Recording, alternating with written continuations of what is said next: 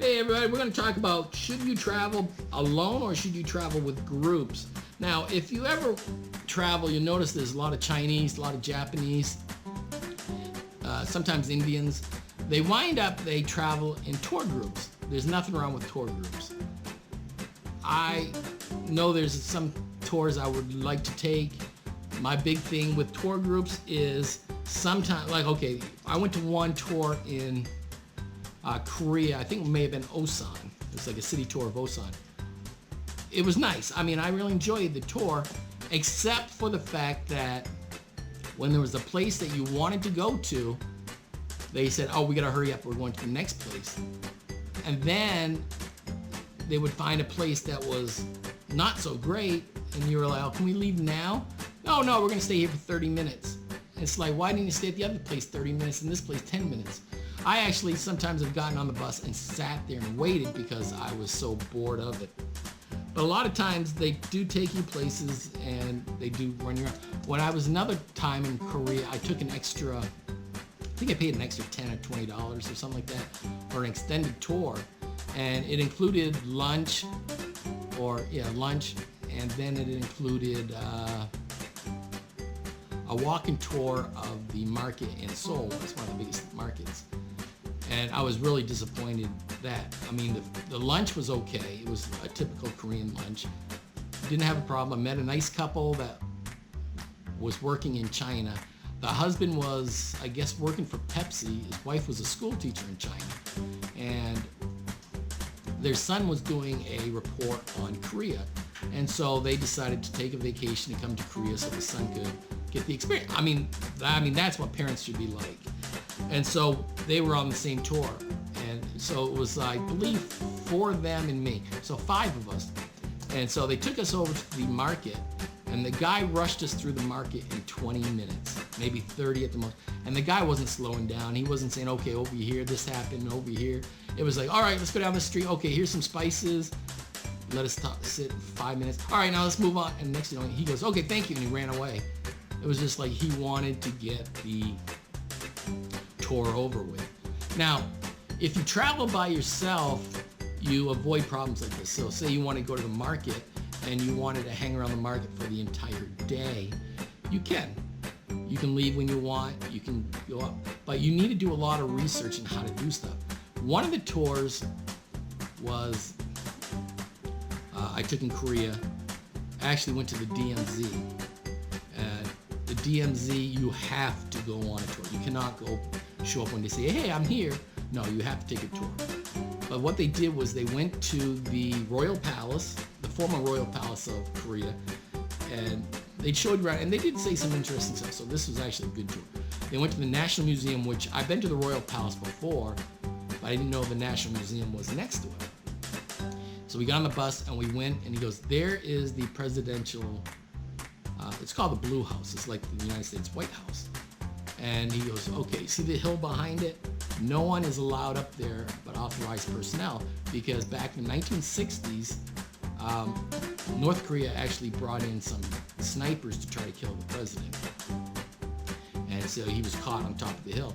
And so at the National Museum, I actually found some stuff about the town I was in and a couple towns over. And I think it was like 1966, North Korea sent some assassins into the town to shoot up the towns. And so it winds up that when I first got there, I noticed that there was a lot of typhoon fencing, or even hurricane fence or chain link fence on all the beaches. And I thought it was like private property and they weren't letting people go on the beaches. And I was kind of like upset, like, how can you be such a dick not to let people go to the beach?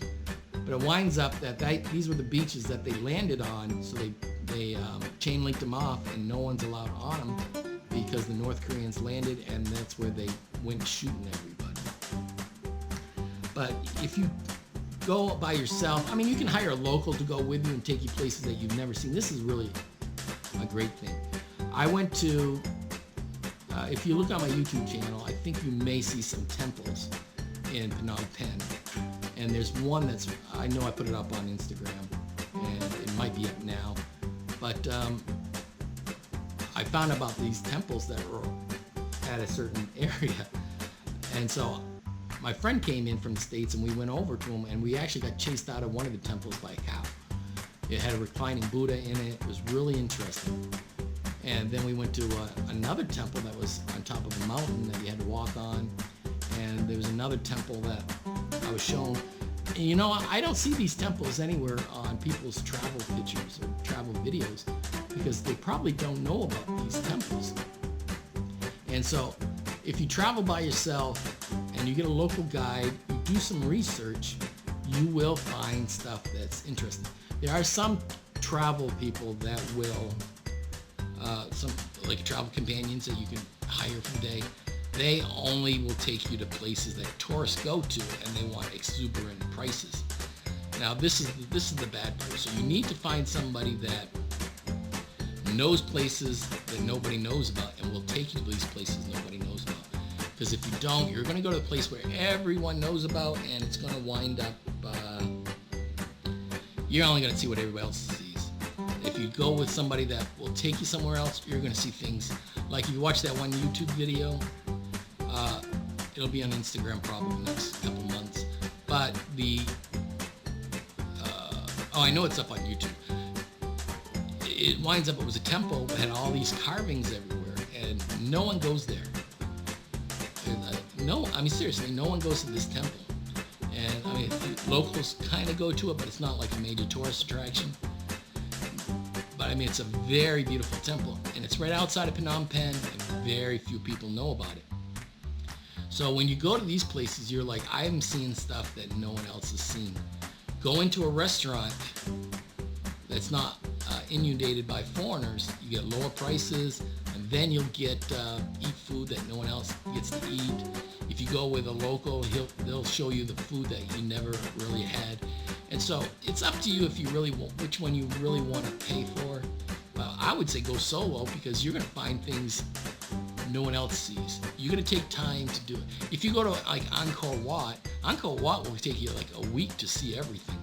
You could walk down behind temples, see stuff that no one else sees. But if you go on a tour group, they're just going to walk you right down the center, walk you up to this thing, and then you're going to get annoying to other people. Like, I wanted to get a picture of this one alleyway. Now this happens occasionally.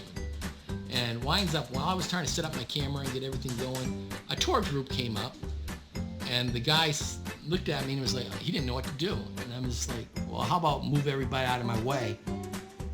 But he was like, one at a time, they would go in there and they would give kisses to like a Buddha. And I'm just like, I have to wait for 75 people to do this. And I just want to take a 30-second picture. That's it, 15 seconds to take a couple pictures. So I never got the picture I wanted. But I'm just saying, that's the thing with tourists. You're going to be doing stuff. They're going to be doing stuff just to make you look like, oh, I'm doing something exciting when you're not.